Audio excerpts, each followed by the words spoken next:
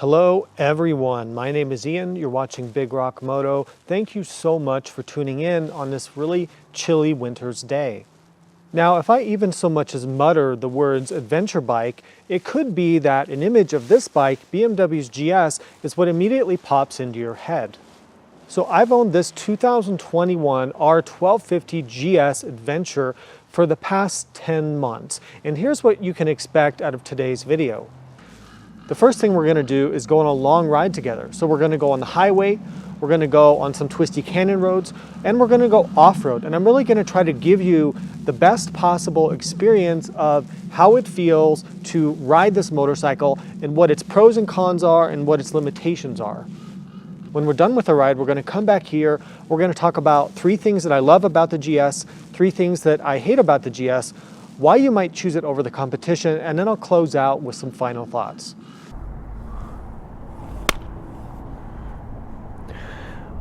All right, so to start off showing you the GS on the road, I'm going to break this into a couple different components. To show you how good of a touring bike, of a high-speed road touring bike this is, we're going to jump on the freeway, go in the fast lane, set the cruise control, and we'll talk about the things that make the GS such an incredible touring bike, and I think on par with actual dedicated sport touring or luxury touring bikes.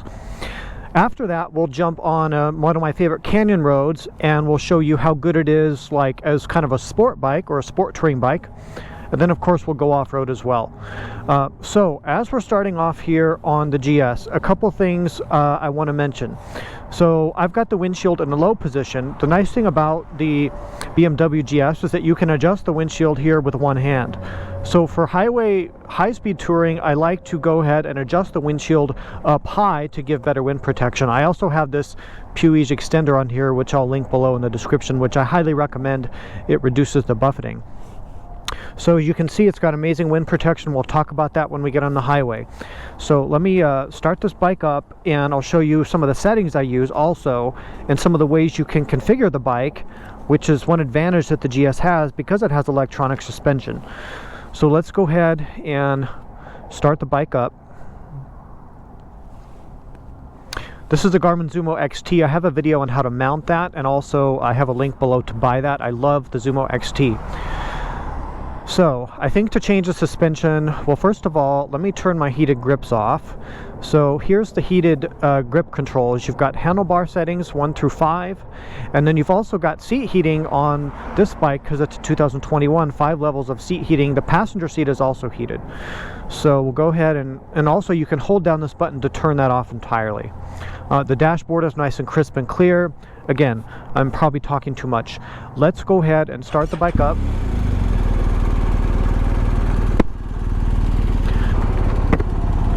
So because I just was riding on some canyon roads, I have the suspension in dynamic mode. It firms up the damping, makes it better for sporty riding. But for riding on the highway and the straight line on the freeway, I'm going to put it into road mode, which softens the damping and gives you a nice, cushy, floaty ride. You've also, of course, got riding modes. You have riding mode pre-selection. So I usually use road mode, and then I'll show you Dynamic Pro when we hit the twisties, and then for off-road I've got my 2 off-road ones set up. So I think that's about it. I think we're ready to roll.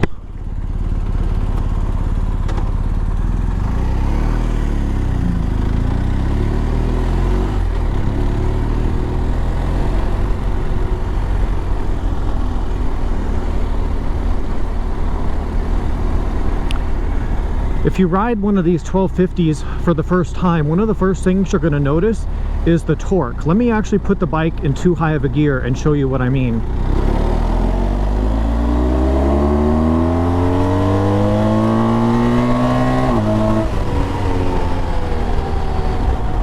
So that was a 3rd gear pull. You saw I started in 3rd gear and just let the torque do the work. The engine has amazing amounts of torque. Now, one thing I meant to point out is that I am running very aggressive knobby tires on this bike right now. So it definitely does affect some of the stability, and you can also probably hear the humming noise from the knobby tires. But even with that, it's a relatively serene, quiet, comfortable ride on the highway. So let me set the cruise control, and then I can take my hand off throttle and focus more on talking to you guys. So the wind protection, it's shooting the wind over my head. I feel a little bit of wind like on my shoulders, but it's not very bad. My legs are very well protected from the wind, except maybe my feet. And also I have highway pegs here, so I'm able to fold the highway pegs out and go ahead and stretch my legs out. Because you have crash bars, it gives you that place to mount those highway pegs, which makes long distance touring very, very nice, because it gives you a different leg position, so you don't get kind of cramped and uncomfortable with your legs. So because I'm in Southern California, traffic is impatient and they want to go 100 miles an hour. I don't like to get speeding tickets, so I tend to go about 5 above the speed limit. So another thing that makes this bike so good for long distance or high-speed touring like this is you notice how the engine is very relaxed. So even at 76 miles per hour, which actually is a true 76, my GPS is showing that, and it's not reading high like some bikes do. This is another nice thing. The engine just feels very relaxed. It feels just laid back, and it doesn't feel like it's working hard, and it gives you a relaxed feeling. So like a lot of other motorcycles, whether they're smaller engines or not, they just feel busy on the highway, and this doesn't give you that feeling. It just gives you a very nice, relaxed, laid back feeling as you're going down the freeway at these higher speeds. Now I talked about the suspension a little bit already, so I have the suspension in the road mode, which means that I don't really feel any of these bumps. It's almost like riding on a cloud. They do a very good job of giving you that softer ride mode for just cruising, where you don't want to feel the imperfections in the road, and it's just a very, very smooth, very relaxing ride from the suspension. But then because you have the ESA, when you do hit the canyons or you do hit off-road, you can change it on the fly with a button on the handlebar. I really don't know of any other adventure touring motorcycle that gives you this level of sort of refinement and luxury and stability and comfort out here on the highway. So you see this coming up on my dash. I have my tires set a little bit lower because these knobby tires like a little bit lower pressure, so it keeps coming up with a warning. Tire pressure monitoring, of course, the bike has that. The bike is loaded with everything, right? That's one of the reasons you would get a BMW GS. So even if you have no intention of going off-road, this is still a bike that you should seriously consider as an alternative to something like a Goldwing or a BMW RT or a Yamaha FJR or any of those larger touring or sport touring bikes. It gives you that added versatility if you do want to maybe go down a dirt road, but it has 90% of the comfort and luxury that those bigger touring bikes do. So I think it's a really good value if you want to look at it that way. The off-road capability in some way is almost a bonus on this motorcycle. So let's go hit the canyon road and show you kind of the sport touring performance of the bike and how it works in that situation, and then we'll hit the off-road. All right, welcome back. So I'm at the bottom of one of my favorite mountain kind of canyon roads here in Southern California. So what I'll do is show you kind of how I set the bike up for the sporty canyon riding and how it performs on a road like this. Now again, you need to keep in mind I'm on knobby tires, so you hear the noise from it, but also it's not quite as stable or as confidence inspiring as like a more of a street oriented tire would be. This is a very extreme tire to have on a GS for most people, so keep that in mind as I'm showing this. Although because the chassis of this bike is so stable, it actually does a pretty good job even with the knobby tires.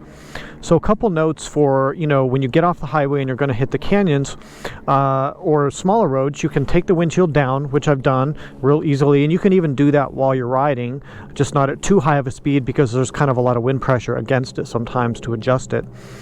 We will set the suspension to dynamic mode here. So we'll set that to dynamic, which firms up the damping and keeps the bike more level as you're cornering, so you don't feel like it's floating and kind of wallowing around.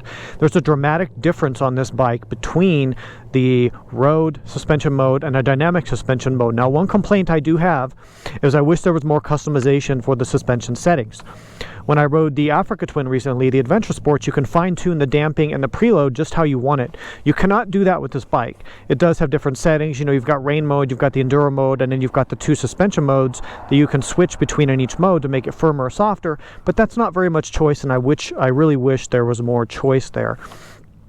The other thing I'm going to do is switch into Dynamic Pro mode. So I won't go into all the riding modes in this video. I'll do a separate video on the electronics for these newer BMWs, but basically you've got road mode is like a softer throttle and more intrusive traction control, more intrusive wheelie control, more intrusive ABS.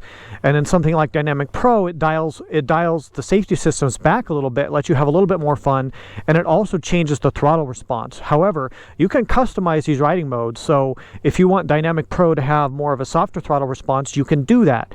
So you can change the parameters here in the menu, which by the way is very easy to use on a BMW, and is one of the things that I really do love about the bike. The instrumentation is quite excellent, and it's extremely easy and intuitive to use, unlike some motorcycles out there today, and the TFT is very good as well. Alright, so let's throw on the gloves here and have a nice safe ride up this canyon and kind of show you how this bike is on a twisty road.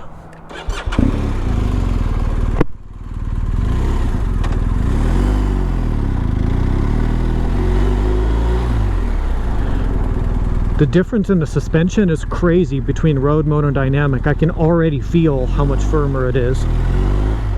So this bike has a quick shifter. You can see all those gear changes right there were without the clutch. And then if you want to downshift, you just hit the shifter and very nice and smooth.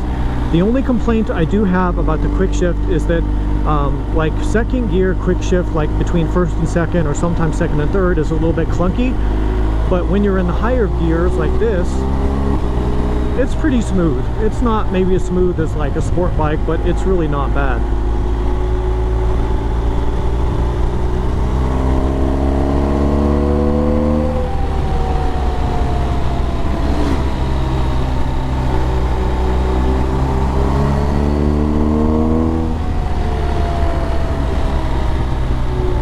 So other videos have kind of talked about this to death, about how good of an all-around road bike the GS is, and it's true, it deserves those accolades. But what makes it good? Well, I think it's a few things. The chassis is incredible. It's one of the best modern motorcycle chassis and suspension setup. I really like the telelever suspension that the Boxer bikes have, because let's say I want to brake, like going into this corner. You see right now I'm braking. There's no dive. There's no dive under braking. So the chassis stays really flat and stable, and it just is more forgiving and allows you to get away with more mistakes if you're not a professional rider, which I'm not. But the chassis is extremely composed, and especially with a set of like better street tires, you can absolutely annihilate canyon roads on a GS or even this bigger GSA that I'm riding. The torque of the engine, you can pretty much leave the bike in third gear, fourth gear, even fifth gear if you wanted on a road like this and never shift. So I'm at 3,500 RPM. If I open the throttle, I mean, it's very fast right away. And the feeling of torque kind of shoving you forward is very noticeable on this bike.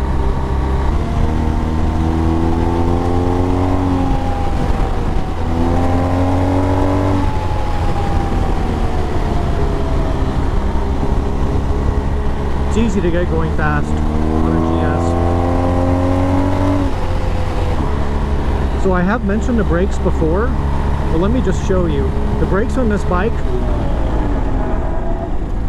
are second to none in really in the whole motorcycle world. Now again, knobby tires are holding back my ultimate stopping distance, but the way this bike inspires confidence, if you have to do, I think that was a Triumph Tiger, if you have to do emergency braking like mid-corner like this, because it has ABS, because it has a 6-axis IMU to do cornering ABS, you can do emergency stops on this bike. So if a deer jumps out here, or if a car pulls out of my lane, I can stop this bike on a dime with a lot of confidence, which I cannot say about a lot of other motorcycles because of the way the suspension behaves or the way that the brakes behave. It's just very difficult to fault a modern GS for all-around street riding, for twisty roads, for urban roads, for highway. It's just superb doing all this. Oh, there's a Jeep like mine. So even if you didn't ever take this bike off-road, like I mentioned on the freeway portion, that's great. I mean, you don't need to take it off-road to enjoy how good of a motorcycle it is. Now, it's not a perfect motorcycle, and we'll talk about some of those things, obviously. But if it wasn't this good of a motorcycle, I wouldn't have bought it.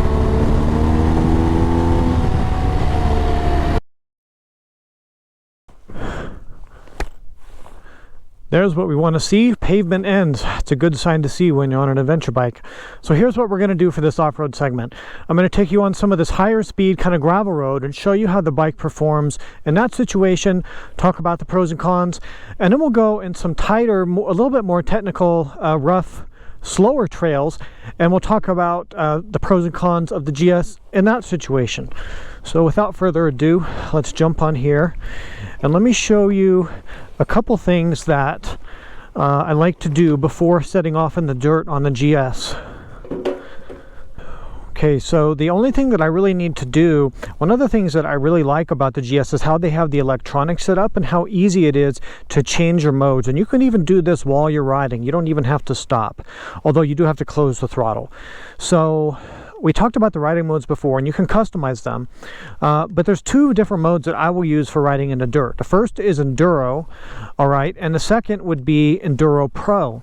The difference between Enduro and Enduro Pro is that Enduro is more for street bias tires in the dirt, so it still engages your rear ABS. The ABS is still active, although it's less intrusive than on the street. The traction control is fairly intrusive in the Enduro mode, okay, so it's more for like gentle off-roading or for riders who aren't as experienced. Now Enduro Pro, what Enduro Pro is preset for anyway, unless you change it in the custom settings, Enduro Pro turns the rear ABS off so you can slide the rear wheel. It reduces the traction control is still on, but it's not very intrusive, so you can still slide the bike and spin the rear tire quite a bit before it intervenes. So that's the real difference. Enduro Pro is set up more for knobby tires, which I do have, so I'm going to go ahead and run the bike in Enduro Pro mode just because that's usually what I like to ride in the dirt. It gives me a bit more, it just gives me less intrusion of the electronics, which I like. But if I was running more of a street tire, I would stick to the Enduro mode.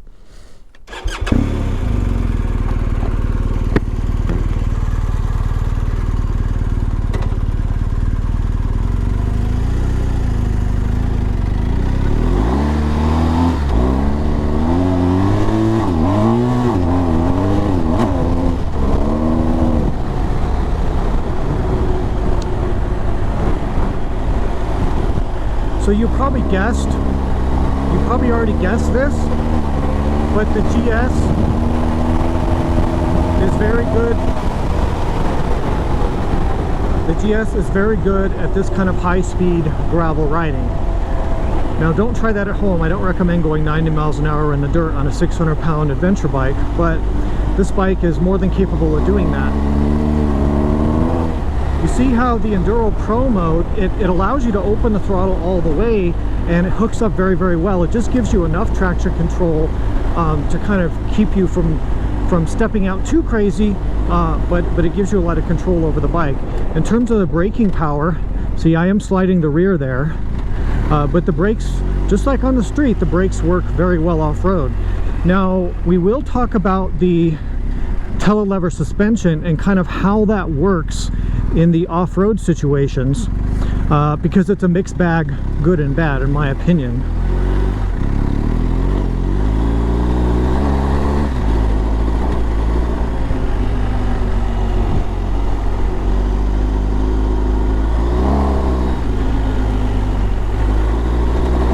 I will say that having knobby tires on a GS completely transforms the confidence that you have off-road.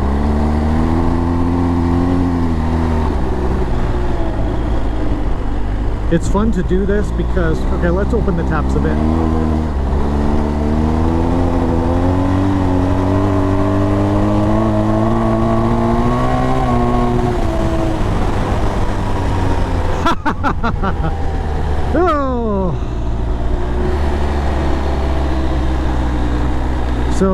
high-speed gravel riding or easy dirt roads, the GS is amazing. There's really nothing to complain about. It's stable, it's comfortable, the suspension works great. The weight isn't a problem on stuff like this. But I would say that it's not for beginners. I mean, you need some off-road confidence before you start riding these big heavy bikes.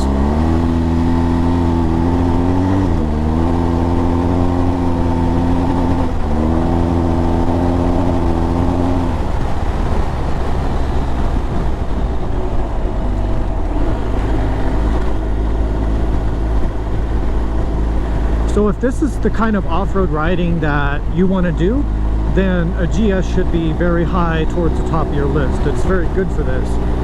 But in a minute, we'll kind of show you when the trail gets tighter and bumpier, and the more rougher it gets, the less that the GS is then in its element.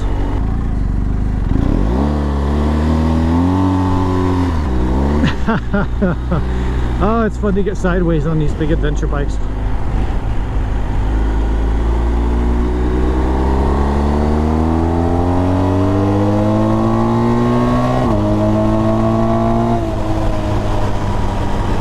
So this road or trail is kind of typical of, here in the US or in the Western US, we call these like fire roads. They're kind of like Jeep roads. They're not like a motorcycle, single track.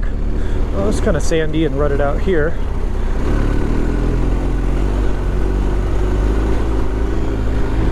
When I hit these patches of sand, that's when I'm really happy to have the knobby tires on the GS, and it's really when you need to stand up.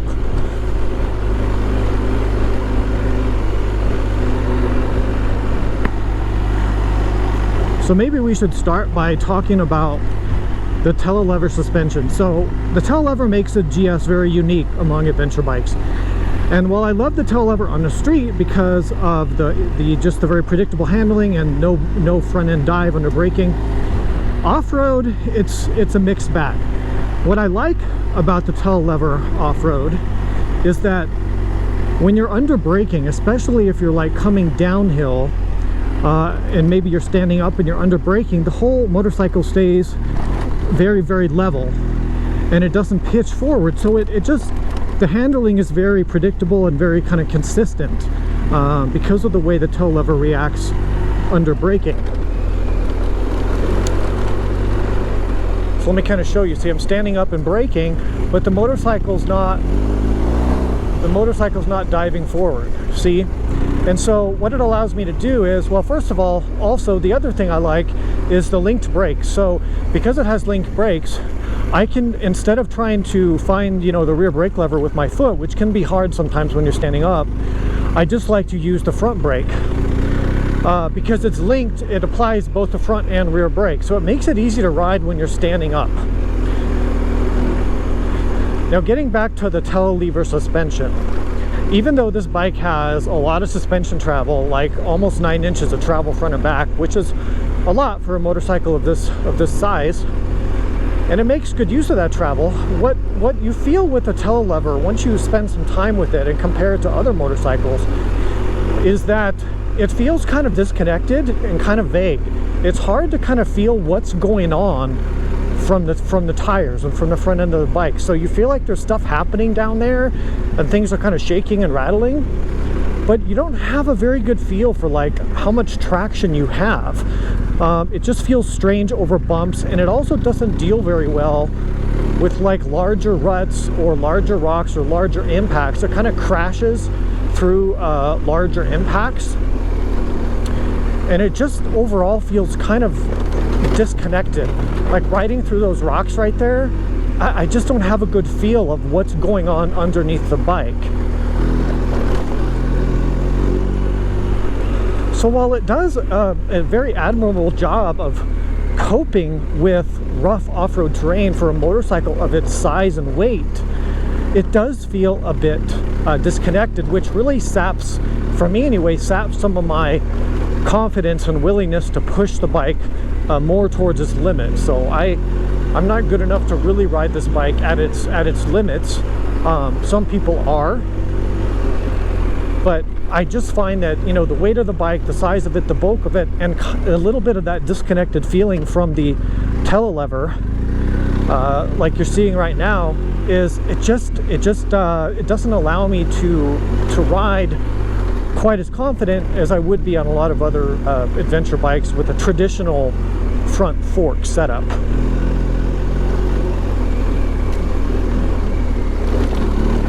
But as I hope you're able to see as I ride here, it's not that the motorcycle isn't capable. It's actually ridiculously capable of carrying some pretty good speed through rough terrain, and the handling's remarkably well balanced and poised. But another thing that kind of happens with this bike, I find, is that things go bad. When things go bad, it doesn't give you any warning. So it's like all of a sudden you'll kind of lose front end grip without any warning, because again, you don't have good communication from the suspension, from the tires. So it's like all of a sudden your handlebar will tuck in sideways, or you'll hit a patch of sand and the bike will kind of want to tuck in, and it can be very alarming, and it's not good for newer riders in that respect. Now, you get used to it and you will adapt to it just like you would anything. But because I get to ride a lot of bikes back and forth with different motorcycles, it is something that I notice. Another thing that I do really appreciate about the GS when riding off on trails like this is how smooth the engine is, and how tractable it is, and how it's like a tractor. It doesn't want to stall. So you see how I'm in second gear going about 15 miles an hour, and I can just let off the throttle. I can get back on the throttle. I don't even really have to shift down to first gear. And it allows for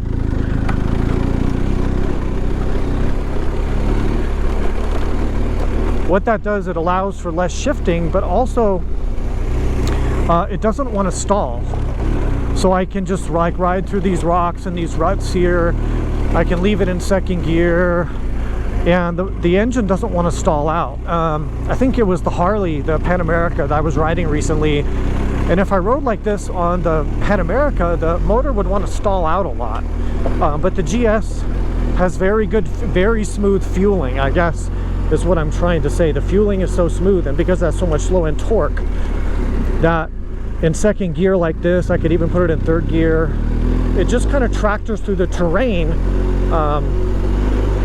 and gives you quite a bit of confidence in that respect. So that's something I really do appreciate about it. So the best way for me to explain the problem with the GS off-road, or a bike this big and heavy off-road, is just to kind of show you this situation. This is a perfect rear-wheel situation. So here on the left is a difficult trail that is really meant for like smaller dual sports and dirt bikes. I've ridden on this trail. It's technically challenging. To the right is an easier fire road, okay? Now, if you want to go down the more difficult trail, the motorcycle is capable of handling with the terrain, but most riders are not capable and confident enough to deal with it, and fear usually sets in. And plus, if you do get stuck, or you fall, or you go off the edge, or you get yourself into a bad situation, this bike weighs 600 pounds. And if you're by yourself, what are you going to do? And this is really where these big heavy adventure bikes have a huge downside and a huge compromise. If you're to stay on the easy dirt roads, fine. But what if you get into a difficult situation that you weren't planning for? Or what if you're by yourself and then you've got camping gear on your bike? It's heavy.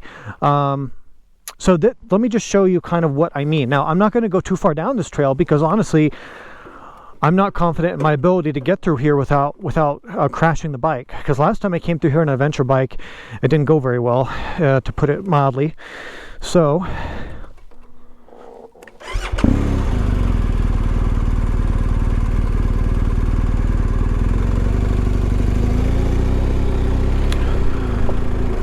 we can start down the trail, but the problem is, what might lie around the corner? I know this is a difficult trail because I've been on it before, but what if you didn't know, right? So if I was on a smaller, lighter weight adventure bike like a KTM 890, see, it's already getting super sketchy. If I were on a smaller, lighter adventure bike, I wouldn't be nearly as nervous about this. I wouldn't be nearly as nervous. But with this bike, it's really quite intimidating. So I'm gonna find a place to turn around. But for most people, it's just too easy to get in over your head. And I think, you know, the movie, like if you guys saw the original movie with Charlie and Ewan, The Long Way Down or Long Way Round, you always see them dropping the GS, you know, going into sand, falling over, trying to pick up. These motorcycles, for most people, are too big and too heavy to take on difficult trails. Are they physically capable of doing it? Yes. Will you be comfortable doing it? No, it's very unlikely, and you're likely to get yourself into a very nerve-wracking situation. And I can already feel my body kind of tensing up as I go down here, because if I make the smallest mistake, I'm going to pay for it dearly. And so that's why for people who want to really explore off-road, I don't recommend a motorcycle this big and heavy. Now, you guys saw how capable it was in a lot of off-highway situations. So dirt surfaces, gravel surfaces, some rocks and ruts is fine. But for more difficult off-roading, although you see videos of people doing it, I really cannot recommend it. It's just too big and heavy. So with that, let's head back to the driveway. I mean, to prove my point about this, I want to turn around now, but it's very difficult to get this thing turned around. I can't push and pull it. It's so, on a hill, it's too heavy to push and pull. It weighs 600 pounds. So you guys see the point I'm trying to make. I hope I'm demonstrating at that. These things become a real liability when the going gets more difficult. So with that said, let's get this thing turned around, head back to the house, and start finishing up this review. All right, so I hope everybody learned a lot from going on that ride with me. So as I promised, let's talk about the 3 things I like and 3 things that I don't like about the GS Adventure. So the first thing that I really love about the GS is just how comfortable it is for long distance riding. We've talked about this in the ride and in other videos, but the riding position, the seat, the wind protection, just everything about it is designed to carry you at a luxurious level of comfort for riding all day, multiple days in a row. So if your idea of a motorcycle trip is like a long trip where you're riding for many, many hours every day over all different types of terrain and different types of road, even if you just stay on the highway and don't go off-road, this bike is insanely comfortable and insanely luxurious. And I really think gives bikes like the Goldwing and the BMW RT and those more street-oriented bikes a run for their money. The second thing I love about the BMW GS is really the handling, how well balanced it is, how it's almost telepathic in sort of tipping into corners. Mostly I'm talking about highway riding, but also in the dirt. It actually, for a bike of its size, I simply don't understand how it can be so nimble and so responsive and so well balanced, even when riding in relatively rough off-road terrain. Although, given the limitations that we talked about during the ride, you always have to keep that in mind, that you're riding a 600-pound bike, or more than 600 pounds if you have luggage. The third thing that I love about the GS, and one of the things that really made me choose it over the competition, is the overall customer experience of owning a BMW motorcycle. Now, this is something that other journalists and a lot of people don't talk about nearly enough, and here's what I mean. When you go into a BMW motorcycle dealership, now at least this is true here in the USA where I live. I can't speak to other countries, but I think it's similar. BMW will let you test ride any of the motorcycles that they have for not just for like 5 or 10 minutes, but sometimes an hour or 2 hours. You can take the bike out, ride the bike, and really see if it's going to be a good fit for you. Try doing that with most other motorcycle brands and see what happens. You're simply not going to get that level of customer experience. The other thing with the BMW dealership network is they're very good at building community. They have group rides, they have really good parts and service support. But let's talk about service since I mentioned that. They don't treat you like a criminal, right? Like some of these other manufacturers do. I won't name names, KTM. But they really take care of you. If you have any little issues with the bike, they give you a loaner bike when your bike's in service, which is crazy. Who else does that?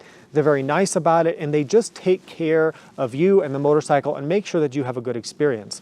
Now, I'm speaking from my experience. There are some alternative, viewpoints about that out there, but I'm just telling you what my experience has always been, and I think I've owned like 4 or 5 BMWs at this point.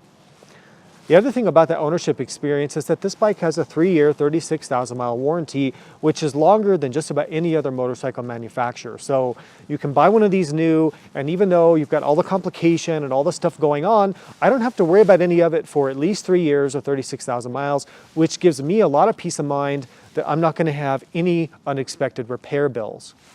So what are the 3 things that I don't like about the GS? I don't even want to use the word hate because there's really nothing that I hate about this bike.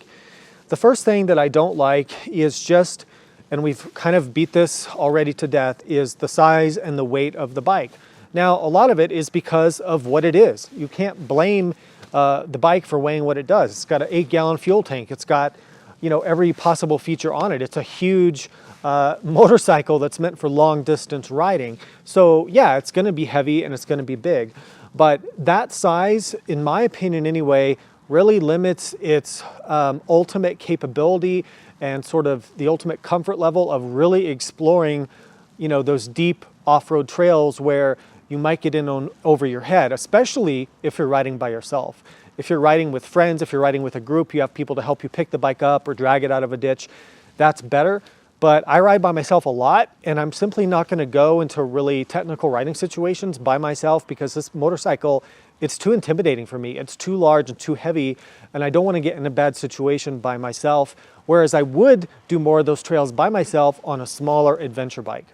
The second thing I don't like about the GS is, and this is kind of going to be a little bit of a controversial issue for some of you, but BMW has had a long history of issues with their final drive, the shaft drive. So I've had personal experiences with this, and my friends have had this happen where the final drive splines actually rust and seize up and require replacement, or the whole final drive, the drive shaft fails prematurely. The reason that people buy a shaft drive bike is because they don't want to have maintenance, they don't want to have issues with dealing with a chain. You're paying a weight penalty to go to shaft drive over chain drive. It's quite a bit heavier. But BMW has a long history of these problems, and unfortunately, if you look at the forums, if you look at the Facebook groups, if you talk to other GS owners or other BMW owners, they're still having, pretty significant issues with some of them. Now, it might only be 1% of bikes. I don't really know. I mean, the internet magnifies problems. We know that, right? And people complain about the issues instead of talking about the good stuff, and that's what social media does. So be that as it may, it still has been quite an issue for a number of people, including myself, my previous GS. Now, I haven't taken apart the drive shaft of this bike yet because the bike's under warranty and I just don't want to deal with it. But I'm guessing it's rusty and not lubricated properly from the factory. So that's something that I wish they would do better about. The third thing that I don't like about the BMW GS is just the cost of parts and accessories for the bike is pretty high. Now, that's become true with a lot of adventure accessories. When the adventure craze really started getting crazy about 5 or 10 years ago, the industry really got more expensive with all the parts and accessories and luggage, and that's continuing today because of its popularity. But I think with BMW, stuff just seems to be the most expensive possible. So if you want to buy factory accessories or you want to buy aftermarket accessories, it's just not an affordable thing for a lot of people. So you're going to have to factor that in. Look at what you want to buy when you're thinking about buying this bike. Look at the accessories you want and make sure you budget for that because it's not quite as affordable as some other bikes. This is kind of a minor thing, and honestly, I'm struggling to come up with these 3 things I don't like because overall, it's an amazing motorcycle, and it feels weird for me to even complain about something like that.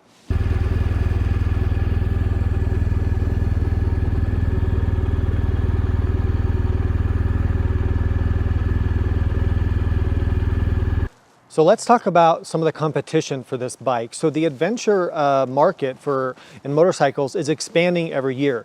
You've got new choices, like this year Triumph has released their new Tiger 1200 range, which looks very compelling and very competitive with this bike. And those Triumphs were not available, at least with the modern versions of the 1200 when I bought this bike, so I didn't have that option.